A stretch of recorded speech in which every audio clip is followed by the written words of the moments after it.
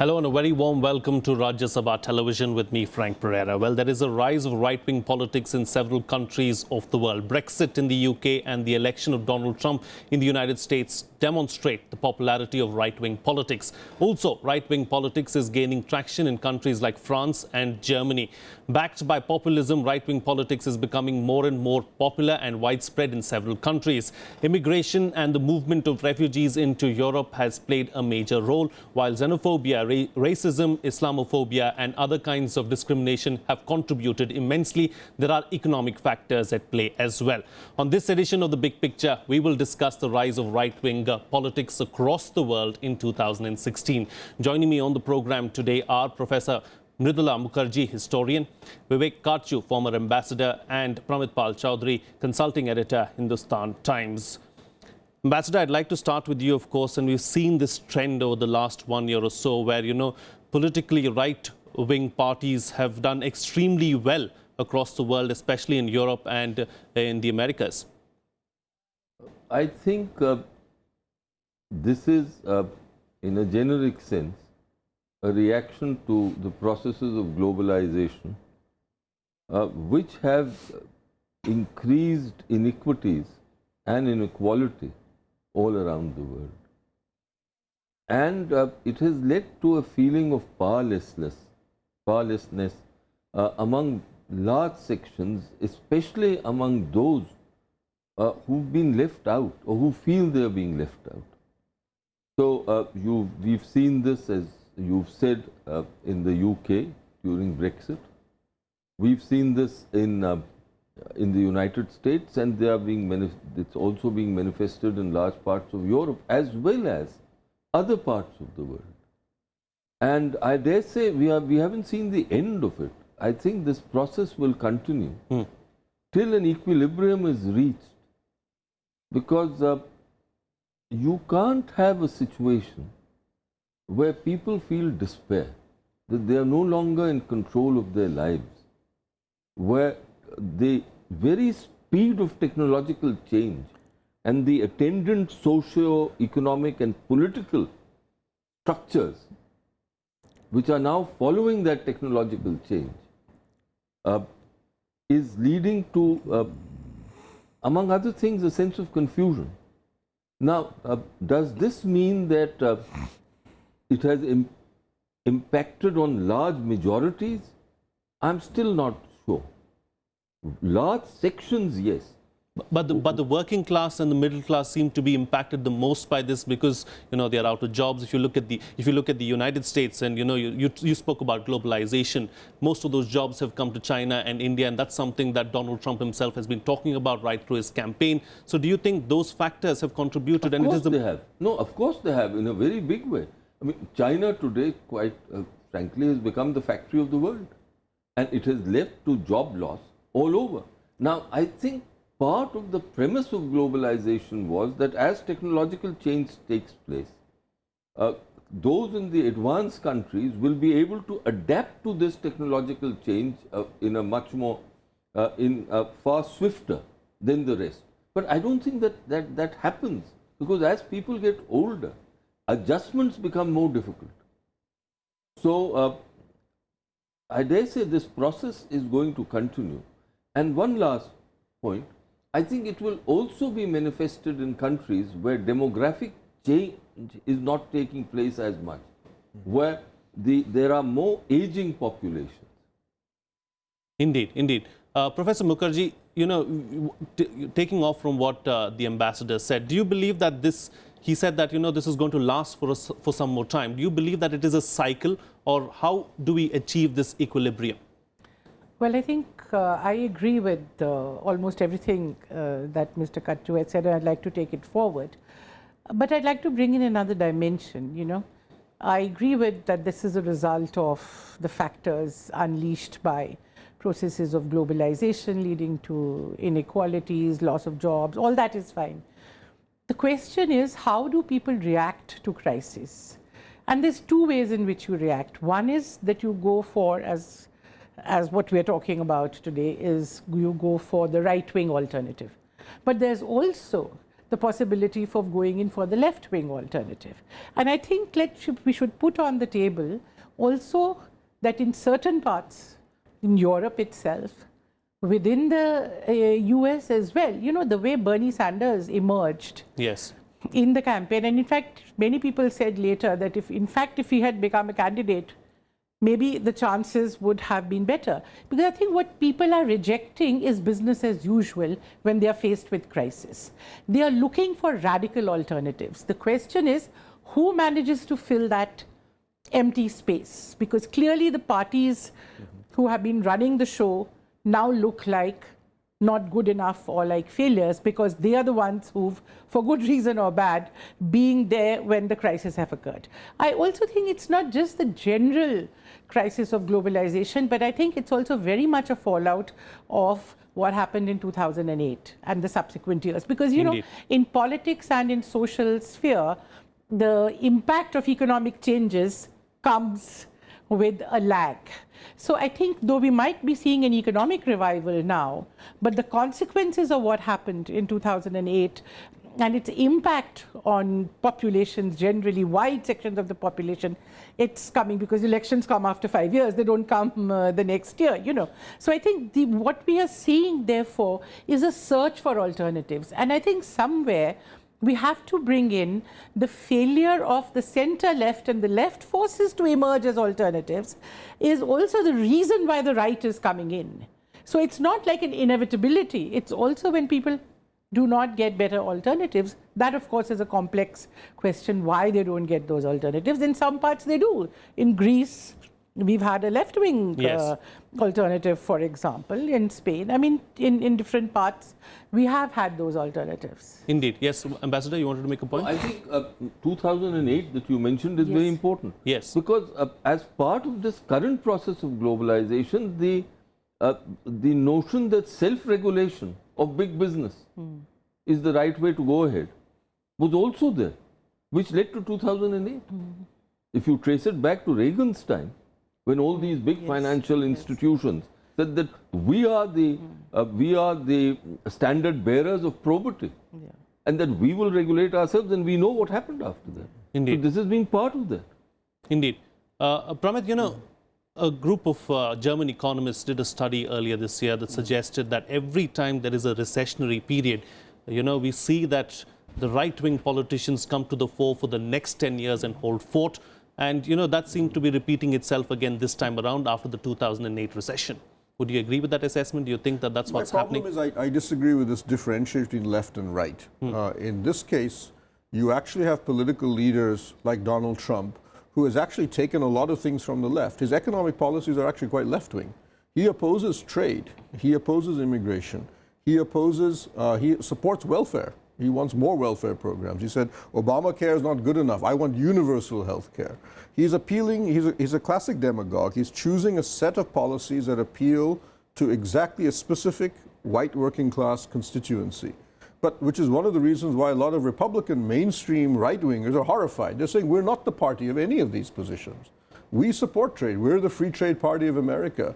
We are the party that has supported, if you were in America, we're in the campaign, they were running pro-immigration groups were running ads with Ronald Reagan, George Bush, senior and junior, both coming out and saying that we believe in immigration. The Republican Party is the party of immigration. So you're actually seeing an incurious mishmash of policies. So Bernie Sanders' economic policies are very close to Donald Trump's. Hillary Clinton's, however, were much closer to those of Jeb Bush. So yes, I think that the argument is that you had an amalgamation, a mainstream set of thinking policies in which the center-left and the center-right came so close together that when those policies were seen to have failed, everybody then began to look for an alternative, which was either Bernie Sanders or it could be Donald Trump. But it's important to realize that the original right-left cleavage actually doesn't apply in this. And I think The Economist ran a good cover story where they said the real cleavage now is between what they call open and closed society parties. Those that want to build walls, stop immigration, stop trade, go back to a nativist policy in terms of things, and then those who don't want to do that. But a lot of those who don't want to do that are both on the left and the right, in the traditional sense. So Trump So it's a mishmash. it's a mishmash of the two policies, but really the difference is, do we want to be, and globalization is used as part of it, though I would argue technology, if you look at all the statistics, it's not been globalization that's wiping out the jobs, it's technology more than anything else. Indeed. Even if tomorrow you build the tariff walls, or if you had built the tariff walls and not allowed let America had not bothered to join the WTO, it stayed out, the fact that automation is now wiping out all of these factory jobs, they'll never come back. It's impossible. It's even happening now in the IT sector. I mean, India, if you talk to IT companies in India, they're not worried about H-1B, they're worried about automation. Automation is wiping out call service jobs in IT services. Indeed. It's technology which has been transforming this. As Mr. Katju said, the assumption had been that technology would keep allowing that a certain class of people would keep moving forward. And they did. The middle class has not been affected. The middle class voted very much for Hillary Clinton. College-educated whites in huge numbers voted for her. But what was interesting was that minorities decided to stay home in most cases, because a lot of them are working class. Working class Hispanics and working class blacks were very reluctant to vote for Hillary Clinton, because they said racially we may be on her side, but in class terms, we're actually closer to Mr. Trump. Indeed. And so they couldn't make up their mind and they stayed home, and that ultimately was what destroyed her campaign. So the divisions are actually now much more different. They're almost more similar to almost 19th century European liberal party versus conservative party positions about the Corn Law and so on and so forth, rather than the traditional, what we have seen as a left-to-right division over the past century on things like free trade and immigration and, Sure. and welfare society. Sure. Ambassador Katju, you know, the refugee crisis, especially in Europe, has also contributed immensely to what the people really of Europe think about the entire crisis itself. And, you know, some of the things that have happened, some of the events over the last 1 year have shown us that people are not happy and are not, you know, do not want the refugees or the influx of refugees into Europe. For instance, the Nice attack, for instance, the Paris attack, for instance, the Charlie Hebdo attack, and many such attacks that have taken place across Europe. No, you're absolutely right. It's said that the roots of the refugee crisis go back to really the Arab Spring and the response of the West to the Arab Spring, this quest for democracy, etc. Now, again, in the largest sense, I trace this also to this globalization that, look, one size fits all politically.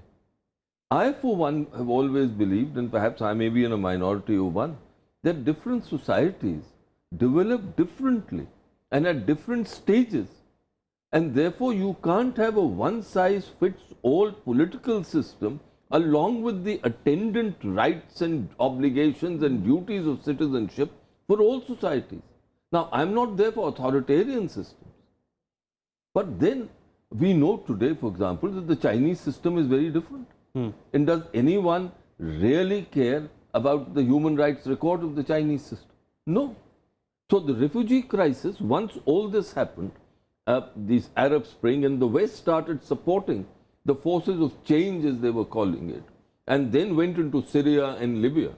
Whereas there were many thinkers in Africa, and during my working life in 2010 and 11, I had many conversations with them who were petrified of what was happening. And they said that these societies are really going to explode, and the consequences of that explosion will impact all over the Mediterranean and the Sahel, sub-Saharan, you know, Yes. in the Sahara belt, in sub-Saharan Africa. And that's what's happened. And naturally, in the West, this sudden influx has caused tremendous disequilibrium. So, it will not be easy to contain it. And within the West, there are different approaches on how to handle it. But the predominant feeling is, as I said, a loss of control, that the nation state is no longer in control.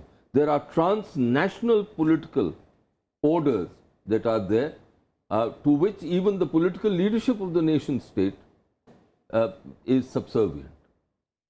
Professor Mukherjee, is positive patriotism turning to negative nationalism across the world now?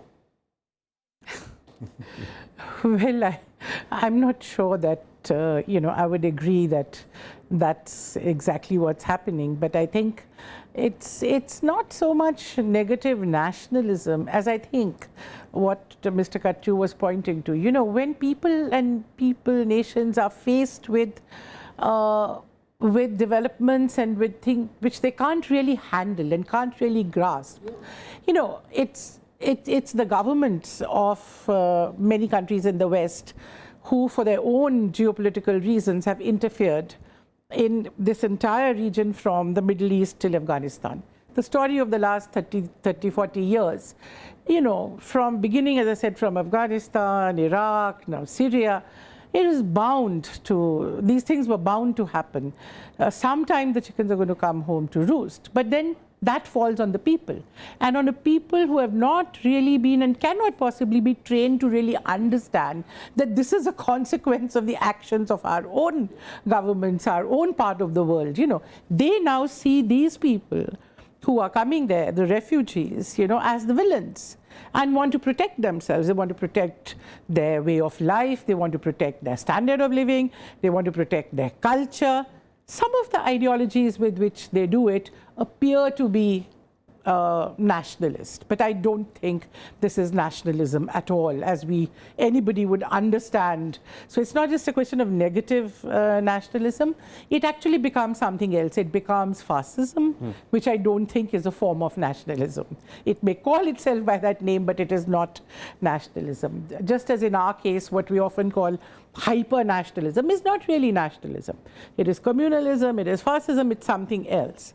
The genuine product, genuine nationalism, which is pride in your own country, you know, wanting to live the way that you have evolved, etc., and wanting a good life for your people. That does not necessarily produce these kinds of ideologies of exclusion. Here, I think the focus, you know, because it's a big shift when in the West also, I mean, where multiculturalism, for example, is a concept that was actively pursued both by governments as well as by society as a means of handling large numbers of people who had come to these societies from countries and cultures which were very different. They had come because you needed them. You needed working class in Britain from the 60s onwards. You needed engineers and doctors in the US. So they knew, and they had to make provision to then adjust and accept these people as part of their societies, you know, and they did. But now, when it is coming not in an orderly kind of way, but even now it is a consequence of your own previous actions. They don't know quite how to handle it, and ordinary people don't. So they are then left with these kinds of devices and fall prey to demagoguery of one kind or another.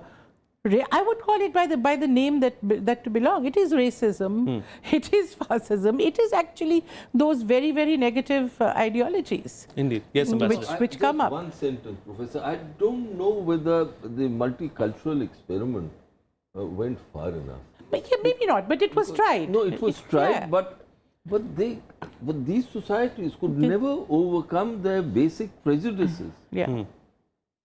And it's a fact. Those basic prejudices we in India are well aware of. Through the 19th and the 20th century we faced them.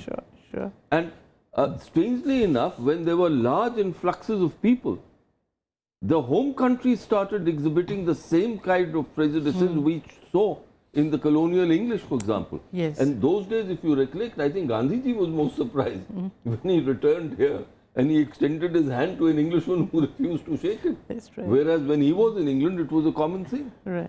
So multiculturalism really did not go far enough. Yes. Indeed. Right. You know, All I meant was that it was tried, Yes, of you course. know, Yes, indeed, at they least tried. as They an were aware. official Yes, and, they were you know, aware. within academia, within governments. I mean, it was something that was pushed. Certainly.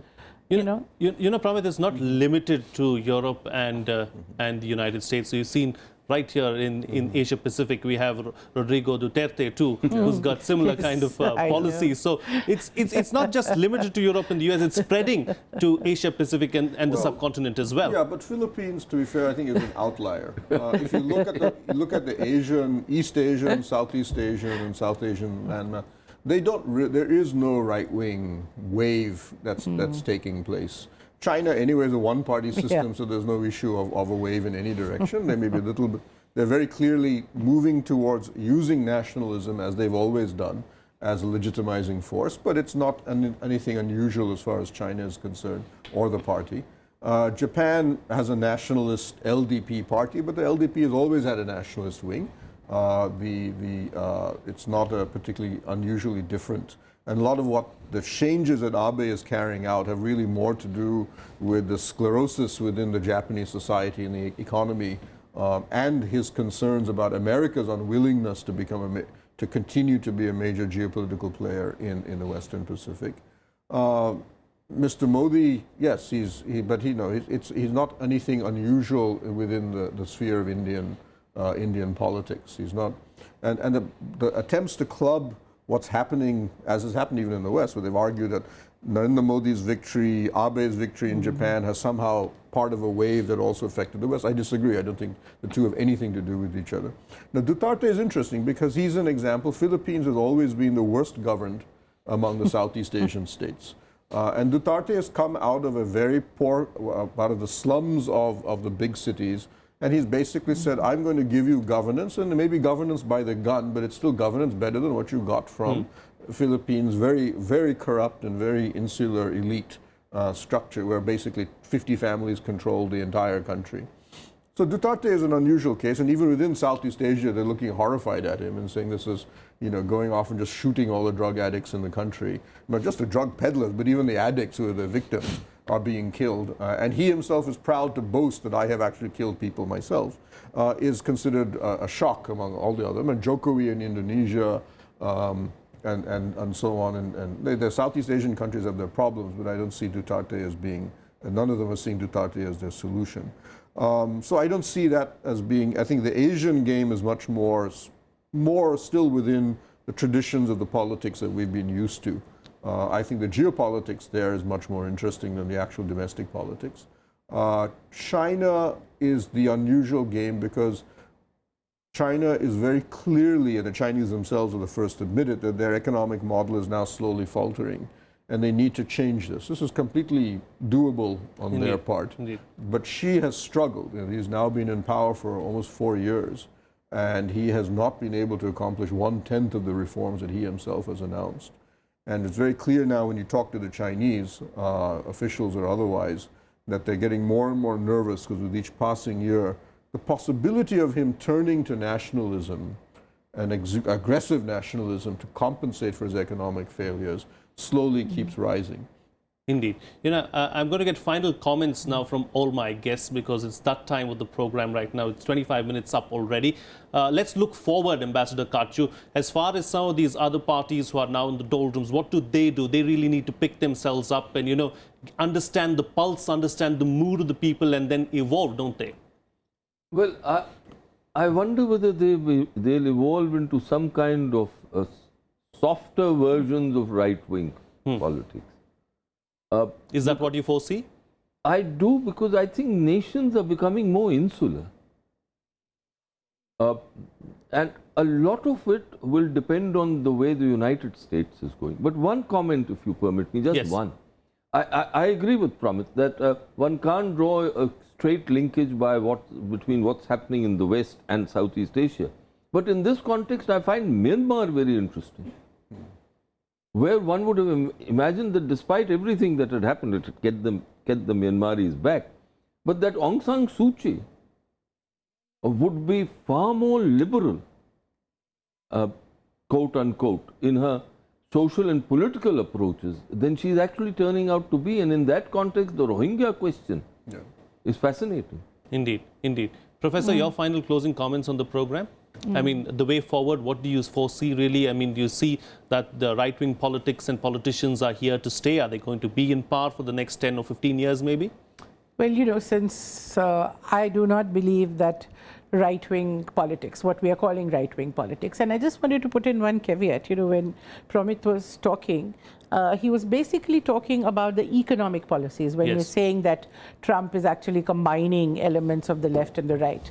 But I think one important distinction when we are talking of the politics as a whole, is actually in the sphere of social and political policies, where the lines are much more clearly drawn. For example, on immigration, race issues and things like that.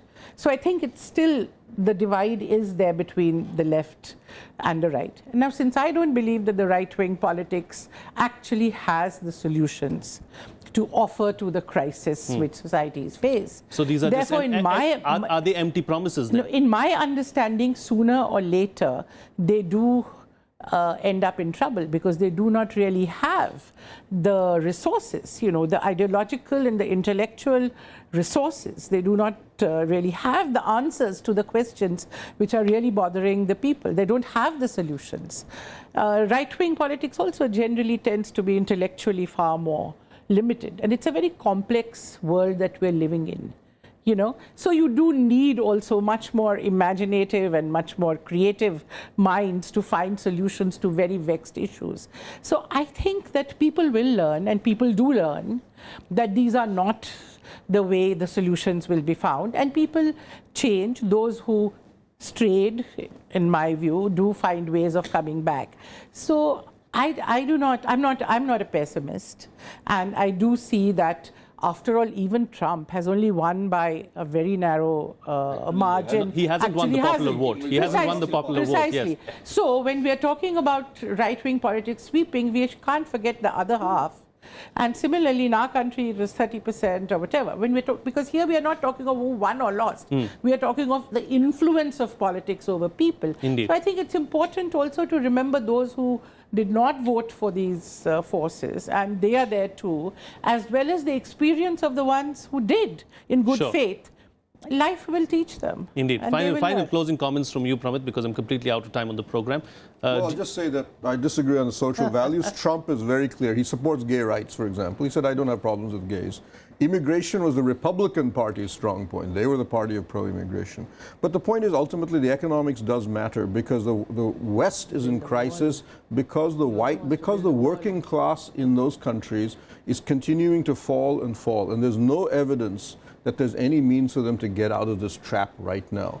So there will always be a strong populist right-wing, or whatever you want to call it, urge within the political system for at least another generation, because there's just simply no evidence that they're going to get out of this trap. Indeed. And what is happening is that both the mainstream parties are shifting to try to absorb this. So you saw in France, where François Fillon, who was a complete surprise, an ultra-right-wing Catholic, anti-abortion, anti-gay man, was something in France has ceased to debate about 50 years ago, has suddenly become the primary candidate to become the president of France. And you're going to see Theresa May is terrified because her own party is on the verge of splitting in half on the Brexit issue. So all of the big mainstream parties, both on the left and right, are now going to have to become more demagogic, and immigration is going to be the #1 easiest issue for all of them to converge on, because it's the simplest and easiest way to respond to those demagogic impulses at the working class level. Indeed. On that note, we'll have to call it a wrap on this edition of The Big Picture. Professor Mridula Mukherjee, Vivek Katju and Pramit Chaudhuri, thank you so much for joining me on the program and putting things into perspective for us. That's all the time we have. Thank you so much for watching.